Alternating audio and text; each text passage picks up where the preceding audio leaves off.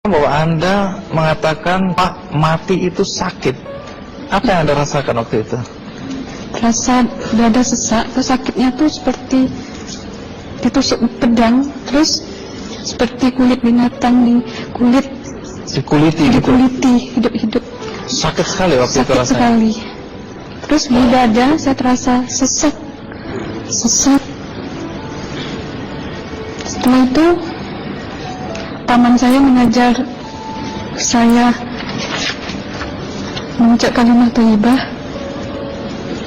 terus mengucap dua kalimat syahadat, asyhadu an la ilaha illallah wa asyhadu anna muhammadar rasulullah.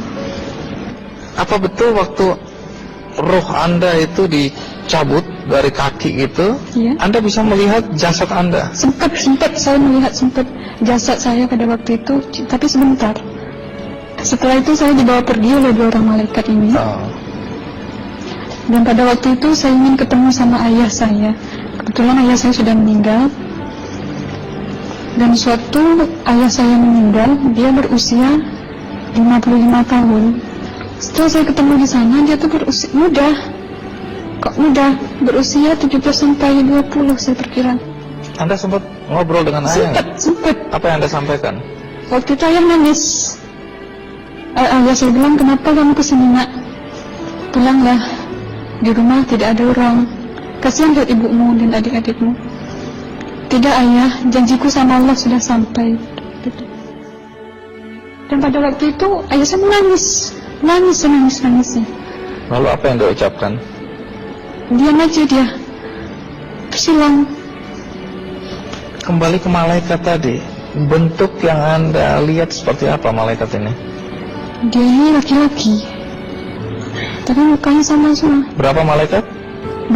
Dua. Iya. Fisiknya seperti apa? Seperti berserban, berpakaian ihram, mukanya sama.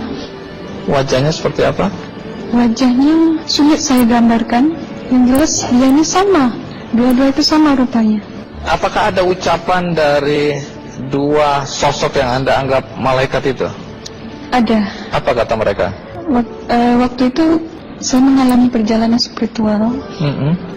Saya disoal oleh malaikat itu dengan sebutan Ma ayyutuka, siapa Tuhanmu? Waktu itu ruh saya menjawab, Tuhanku adalah Allah.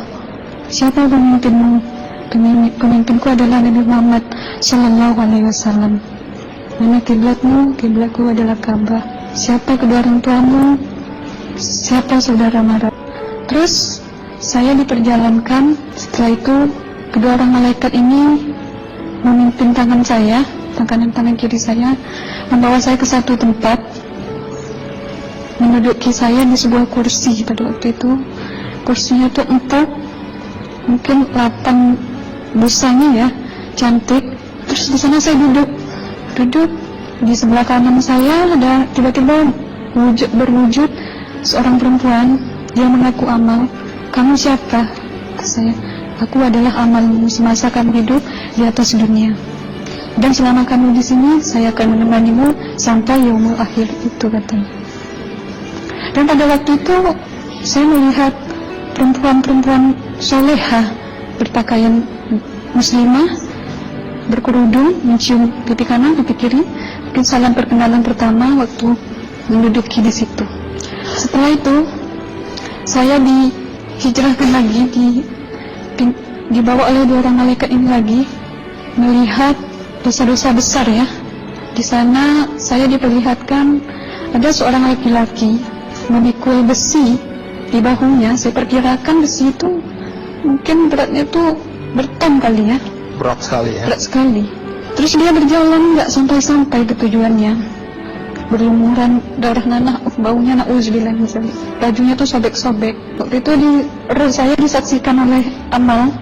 Saya tanya kepada Amal, ruh tanya sama Amal, wahai Amalku, dosa apakah yang manusia ini lakukan sewaktu ia hidup di atas dunia? Amal menjawab pada waktu itu, sewaktu manusia ini di atas dunia, dia ini adalah menyantet orang, menemuh orang, sehingga dia berjalan nggak sampai yaumul akhir katanya. Yang kedua, saya melihat ada seorang laki-laki saling bunuh-membunuh. Sebentar kayak gitu lagi. Suatu manusia ini hidup di atas dunia, dia adalah seorang pembunuh, hingga dia tidak mau bertanggung jawab terhadap orang yang dibunuhnya. Terus yang ketiga, saya melihat ada seorang laki-laki dihujam kemaluannya pakai besi panas, timah panas itu ya, hingga menembus. Waktu itu roh bilang sama amal, wahai amalku, dosa apakah yang manusia ini hidup di atas dunia? Amal waktu itu menjawab, suatu manusia ini hidup di atas dunia, manusia ini adalah seorang perzina. Setelah itu saya melihat ada seorang laki-laki disebati oleh rotan. Rotannya itu menyebati kulitnya tuh hingga lepas daging sama kulitnya. Itu amal menjawab, suatu manusia yang hidup di atas dunia, dia ini tidak pernah sholat Islam, hingga waktu matinya pun dia tidak mengucap 2 kali syahadat. Dan pada waktu itu roh sama amal sempat menghafiz Quran pada waktu itu dengan harapan supaya orang manusia yang Allah siksakan ini bisa terampuni dosanya. Jadi masih sempat waktu itu ya? Iya, roh sama amal yang menghafiz Quran, bertahzim, bersalawat, baca ayat 1000 dinar, membaca yasin. Tapi sayang, bahkan tambah banyak Allah tidak mengampuni dosa-dosa mereka, sayangnya. Setelah itu, akhirnya yang terakhir kali berzikir. Zikir saya pada waktu itu, subhanallah, walhamdulillah, wa la ilaha illallah, wallahu akbar, la hawla wa la quwwata illa billahil aliyyil azim. Sekuat-kuatnya nada saya berteriak, tiba-tiba saya merasakan detik jantung ya. Waktu itu mungkin paman saya yang menyaksikan. Itu saya koma. Disitulah sebenarnya Anda kembali ke jasad ya? Iya, benar. Jadi banyak sekali Anda menyaksikan kejadian-kejadian di alam sana ya. Nah, menarik karena waktu kami menghubungin Mbak Aslina, pada dasarnya Mbak Aslina keberatan menceritakan kembali kisahnya. Tapi kalau toh akhirnya Anda mau sampai di sini dan Anda sudah bercerita, apa harapan Anda pada orang-orang yang mendengarkan kisah ini? Ya, harapan saya pertama, ya lebih banyak menyambut puasa ya, lebih banyak mendekat diri aja sama Allah, perbanyakkan amalan soleh, perbanyakkan zikir, perbanyakkan sholawat, baca Quran, dan sebagainya. Itu harapan Anda ya? Iya. Baik, terima kasih Mbak Aslina ya, sudah datang dari Bengkalis untuk menceritakan kisah ini.